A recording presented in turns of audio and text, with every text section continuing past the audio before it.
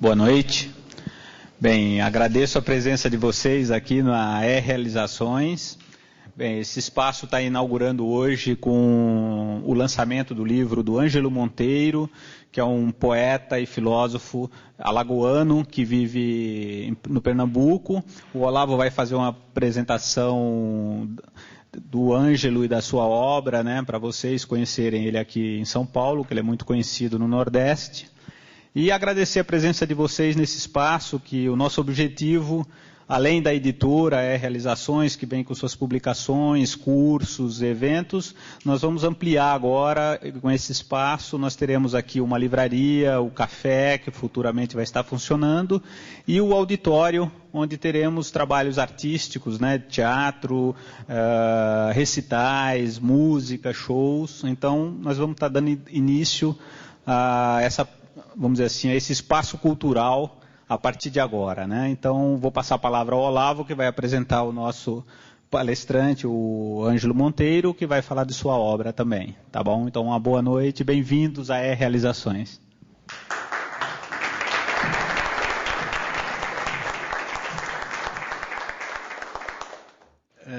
Então, eu vou falar por pouco tempo, primeiro porque eu tenho que viajar, e segundo porque eu vou deixar vocês com o Ângelo, que é um conferencista maravilhoso, erudito e divertido. E o que eu teria a dizer, em parte já foi escrito no prefácio ao livro e em outras notas que eu fiz sobre o Ângelo Monteiro uns anos atrás. Uma coisa que nos surpreende hoje em dia é você descobrir que, em contraste com todo o ambiente de futilidade literária que reina em São Paulo e Rio de Janeiro, ainda existe no Nordeste uma literatura muito poderosa, e nós temos 50% dela aqui ao lado, porque é representada sobretudo por Ângelo Monteiro e Alberto da Cunha Mello. São dois poetas esplêndidos, e no que diz respeito ao Ângelo, não somente um poeta, mas um homem de pensamento muito sério, e algo desta seriedade se traduz nesta coletânea de ensaios, Escolha e Sobrevivência, principalmente no texto Tratado da Lavação da Burra, que eu considero um clássico dos estudos brasileiros. Eu não conheço outro livro no qual a pergunta de o que é ser brasileiro tenha sido respondida, vamos dizer, de uma maneira tão séria, tão radical e tão profunda, abandonando as perspectivas meramente sociológicas e até históricas e colocando a condição de brasileiro em face da realidade como um todo. Esse seria como uma metafísica do ser brasileiro. O que é ser brasileiro perante o cosmos, perante a condição humana em geral, e não somente perante as culturas estrangeiras que nos têm servido de referência. Nós nos olharmos no espelho dessas culturas, sobretudo a cultura francesa, é um grande erro que nós temos feito. Outro dia eu recebi um livro de um filósofo francês, aliás, bastante jovem, em que ele está fazendo uma análise crítica bastante impiedosa do ensino da filosofia na França, e ele diz que, graças à filosofia francesa, graças à influência francesa, esse modelo se transpôs para alguns lugares, como por exemplo o Brasil, e daí ele bota uma frase: nós pouparemos ao leitor a descrição dos resultados dessa macaqueação de um modelo degenerado. Ponto final. Isto aí, vamos dizer, é o resumo do que se passou na filosofia brasileira, em parte por esta maldita mania de tomarmos como referência outras culturas, sobretudo as que são consideradas importantes naquele momento, e não a humanidade na sua verdadeira escala. Quer dizer, que é a escala, vamos dizer, que nós podemos dizer antropológica, no sentido de uma espécie confrontada com a sua própria posição no cosmos. É nessa escala que o Ângelo Monteiro encara a pergunta do que é ser brasileiro. Em suma, eu não devo mais tomar o seu tempo, eu também não tenho mais tempo, tenho que sair correndo para viajar, e eu vou deixar vocês aos cuidados deste grande homem, desse grande amigo, grande escritor. É uma honra enorme tê-lo aqui em São Paulo. Faz anos que eu sonhava com isso, e é uma pena eu poder desfrutar disso por tão pouco tempo. Mas há muito tempo eu penso em fazer precisamos de um segundo movimento nordestino, assim como teve na década de 30, década de 20, na verdade, em 26. Teve um modernismo nordestino com Gilberto Freire, Zelindo Rego, então está quase na hora de fazer um outro. Por incrível que pareça, passado tanto tempo, ainda é o Nordeste que tem a seiva, que tem o vigor da verdadeira literatura brasileira. E se nas próximas décadas ainda existir no Brasil algo chamado literatura, se não for totalmente substituído por jornalismo e novelas de televisão, a salvação dessa literatura ainda será devida, sobretudo, à contribuição nordestina. Então, passo a vocês o Ângelo Monteiro.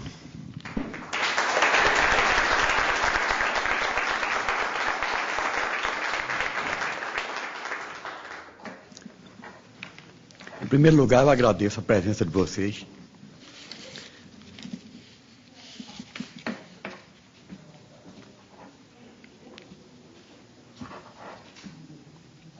Em suma, eu vou dizer o porquê do título Escolha e Sobrevivência. A edição deste livro se deve a uma dupla ação de objetividade. A do filósofo Olavo de Carvalho, que em sua generosidade intelectual desceu os olhos sobre um autor praticamente desconhecido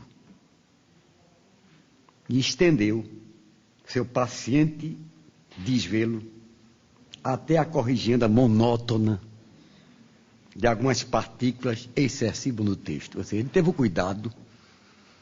Eu tenho uma mania meia bíblica de usar muito i. Então ele saiu podando o is da leitura bíblica e muito mais. De forma que quando eu me deparei, ele teve o cuidado de podar a insistência no is e a insistência nos mas.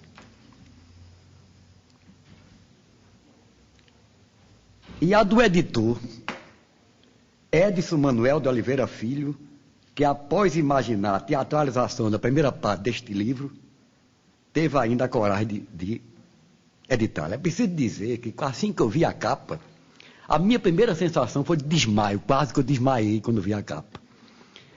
Essa capa é de um quadro de Rafael,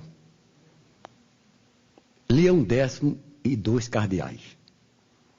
Esse quadro sempre ficou na minha cabeça porque me fascina muito a Renascença e particularmente a vida deste Papa. Era filho Lourenço de Médicis.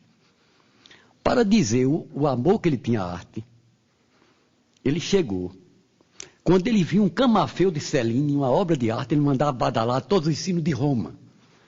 O amor à arte foi tão grande que ele faliu a fortuna dos Médici, que ele era o Médici, e faliu o Vaticano. De forma que o amor à arte pode levar a esses desvairos. E provavelmente a alma deste Papa deve estar muito feliz por ver uma capa tão brilhante, tão extraordinária, não é? Que foi a capa. Eu nunca tive uma capa similar a essa, tanto que, como disse a vocês, é coisa para o desmaio, na verdade. Mas que a alma do Leão X esteja aqui beatificando o ambiente. Se bem que ele não fosse tão santo, era mais um esteta do que um Papa. Mas como um Papa renascentista, ele foi antecedido por um Papa guerreiro, que era o Papa Júlio II, que a primeira coisa que você via nele era a armadura, depois é que você via o Papa.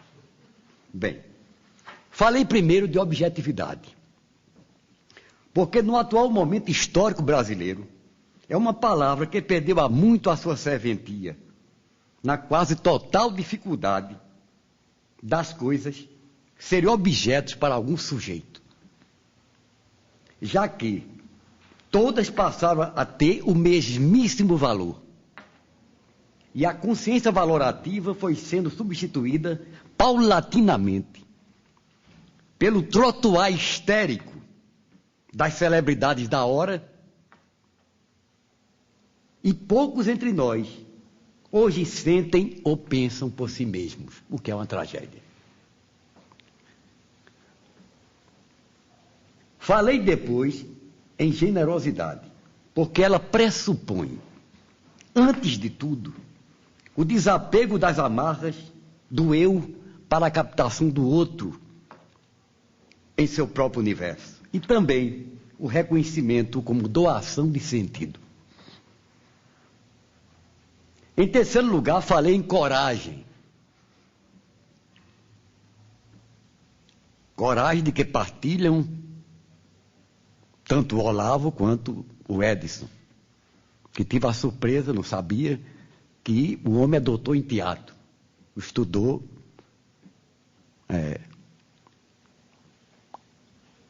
o teatro, me parece que ele conhece a Europa toda. E talvez seja o esperto de Marco Polo, não é? Do teatro. Então, coragem. Essa virtude raríssima, principalmente no meio intelectual. Para dar um exemplo disso, o Brasil, o Rio de Janeiro, não sei se é o Rio ou São Paulo, é o Prêmio Nestlé de Literatura. Concorreram a esse prêmio 25 mil candidatos. Ganhou um poeta de terceira categoria chamado Manuel de Barros, que não fazia parte do certame. A Nestlé fechou o prêmio, acabou com o prêmio. A malandragem intelectual, a picaretagem intelectual no país chega a ser uma epidemia. Né? Foi terrível. Pois a Nestlé fechou, acabou o prêmio, não existe mais o prêmio, porque participavam da comissão julgadora, artistas de televisão, nada tem a ver, grandes atores, nada tem a ver, pode ser grande.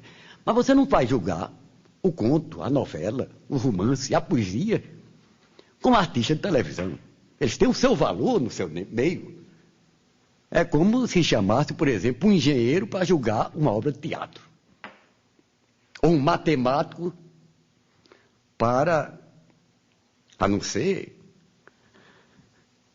para julgar um concurso de Miss.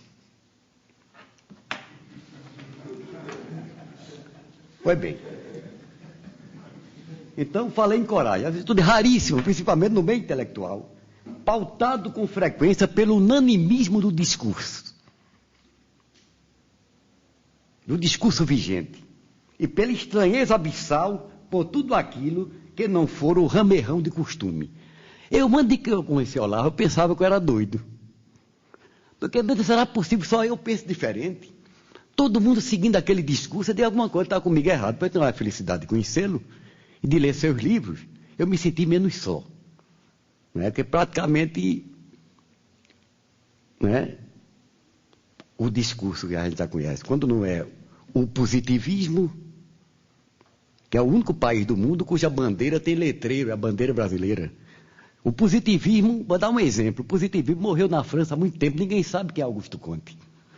Não é? E aqui copiaram o modelo da Constituição norte-americana e criaram a República. E o nome da República, quando eu era menino, estudei no colégio, era República dos Estados Unidos do Brasil.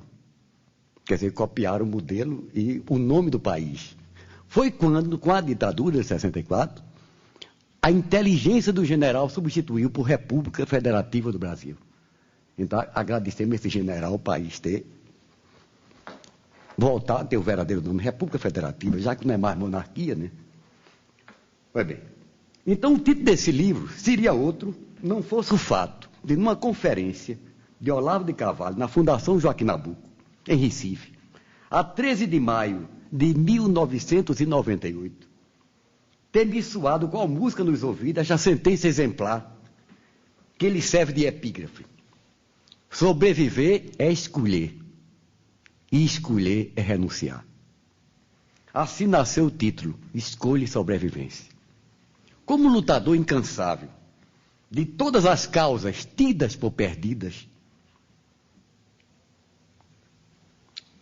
eu sou realmente um defensor de causa perdida. Quando houve aquele debate sobre regime político, eu fui para a televisão defender a monarquia.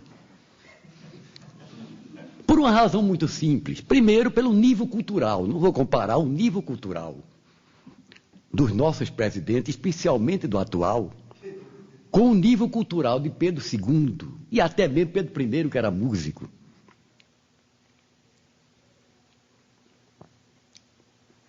Então, vejam mesmo. Então, lutar por causa perdida. Por exemplo, o Brasil era respeitadíssimo enquanto monarquia. Era monarquia constitucional, quase uma monarquia parlamentarista. E tem um livro muito interessante chamado Ilusão Americana. Esse livro foi escrito por um paulista, salvo engano, Eduardo Prado. O nome do autor é Eduardo Prado. Esse livro eu descobri num sebo. Então ele mostra a Odisseia. Quando proclamaram o golpe republicano, por imitação, pura e simples. Porque, segundo o grande, nós temos um historiador pernambucano, um grande historiador, que ele diz o seguinte, que nós tivemos 2 grandes governantes. Na monarquia tivemos Pedro II e na república Getúlio Vargas. Pois bem, acontece, quando foi proclamado o golpe de 15 de novembro de 1889, o golpe militar, o primeiro golpe militar da história do país, quando houve esse golpe, os jornalistas americanos, a comitiva do governo brasileiro foi até os Estados Unidos e lá os jornalistas americanos comentaram: é Brasil dos Estados Unidos, por que em lugar de República dos Estados Unidos no Brasil não fica logo Brasil dos Estados Unidos? Foi a primeira observação da época. A gozação do pessoal. O pessoal notou, porque Pedro II era respeitadíssimo. Mas quando virou república, o pessoal começou a gozar, a se divertir com a cara da gente, por imitação. Pois bem, então, como lutador, como eu disse, de todas as causas perdidas, esse era o comentário de papai. Meu pai dizia muito isso. Você é um lutador das causas perdidas. Bem, eu decidi ferozmente por uma única escolha. Seguir o meu próprio caminho, de acordo ao mesmo tempo com as palavras da Bíblia. Meus caminhos não são os vossos caminhos. E com a lição do patinho feio, todo mundo conhece a história do patinho feio, de Hans Christian Andersen. Mas tendo por conta disso que arrostar com as exigências de uma ascética prisão domiciliar. A minha mulher trabalha com preso. Entendeu? De maneira que até nisso eu tenho uma identificação muito grande com os presidiários. Porque eu posso, habitualmente, viver numa prisão como no melhor regime do mundo, já que eu sou acostumado a isso. Sair de casa para ter raiva não tem sentido, não é verdade? Conversar besteira. Então, de forma que eu vivo realmente uma férrea prisão domiciliar, sem a qual seria impossível minha própria sobrevivência em meio à grita de tantos pauradores infiéis e sem sossego. Mas agradeço aos meus pauradores infiéis e sem sossego, pois evitaram com sua grita em meus ouvidos quase as raias da surdez que eu fosse mais um deles. A pior coisa é quando a gente deixa de ser a gente para ser outra coisa qualquer.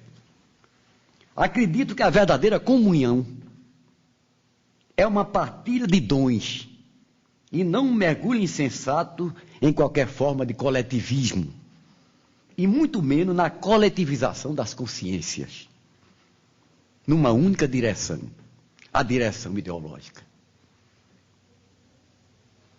Voltando a falar sobre Augusto Conte, pois bem, existe no Rio de Janeiro ainda, parece que a igreja positivista tem 2 adeptos. E uma comitiva de positivistas costumava ir no Père Lachaise, em Paris, comemorar os adeptos da igreja Augusto Conte. O presidente na época era Giscard, proibiu a farra. E pintou todos os túmulos do mesmo jeito, que eles pintavam verde e amarelo o túmulo de Augusto Conte. A mesma coisa, quer dizer, nós herdamos. Então, até hoje o marxismo é uma doutrina porreta. A coisa já deixou de existir há muito tempo na Europa. É como Allan Kardec, ninguém sabe quem é Allan Kardec, mas no Brasil é a religião suprema, né? É venerado no Brasil, então nós temos esse tributo à França, né? Quer bem. Ora, como eu disse, a direção ideológica. Ora, o que é essa direção ideológica? É o prato de lentilha da Bíblia. Eu já ouvi falar daquele prato de lentilha, o cara trocou o direito de primogenitura pelo prato de lentilha, é a mesma coisa. Um novo prato de lentilhas em troca do direito à primogenitura adâmica de todos nós. Então nós preferimos perder a primogenitura celestial e aceitar esse pasto infeliz que é o materialismo que nós importamos das matrizes europeias e norte-americanas. Não sendo um filósofo, mas um pensador e poeta, na acepção de Fernando Pessoa, regozija a capacidade de ver o mundo de maneira diferente e de edificar essa visão do mundo no seio de uma longa tradição.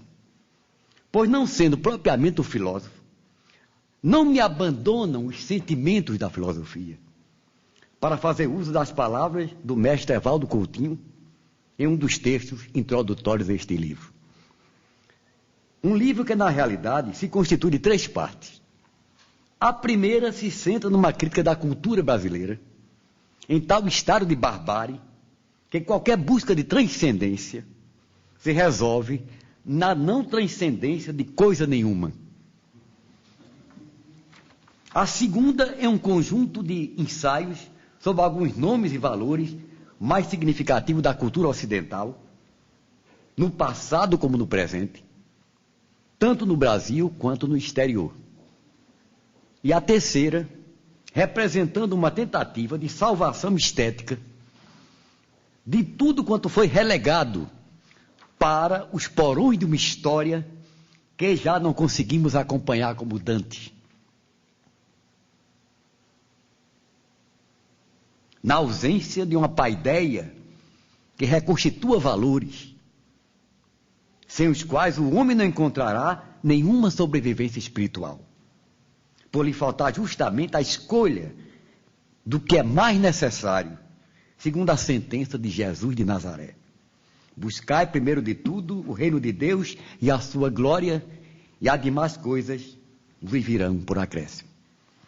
A proscrição deste reino nas nossas vidas não é algo, afinal de contas, que encontre faces sucedâneos. E a verdadeira função, tanto da arte quanto da filosofia, é a de nos religar ao centro deste reino que foi erradicado do coração humano como um tumor indesejável. 2 divisas sempre acompanharam minha existência, quer como indivíduo, quer como autor. A primeira de Nietzsche, no Assim Falava Zaratustra: o que não me mata, me torna mais forte. Que o nordestino diz à maneira dele: o que não me mata, o que não mata engorda. De uma maneira mais chã. E a segunda é de Santo Inácio de Loyola, a quem deve muito São Paulo, foi fundado pelos jesuítas. Pois bem, Santo Inácio diz isso nos exercícios espirituais: não é o muito saber que farta e satisfaz, mas sentir e gostar das coisas internamente. O encontro destas 2 divisas expressa, de uma certa maneira, no meu caso particular, a dialética inelutável entre as exigências dramáticas da vida e a busca amorosa de conhecimento. Muito obrigado, mãe.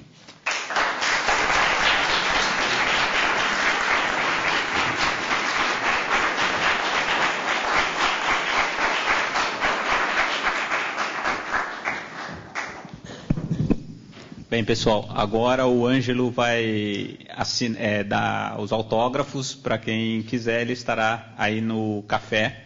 E vamos começar a nossa, vamos dizer assim, nossa festa agora com a presença do nosso ilustre poeta e filósofo Ângelo Monteiro. Então, uma boa estada aqui na Realizações. Até mais.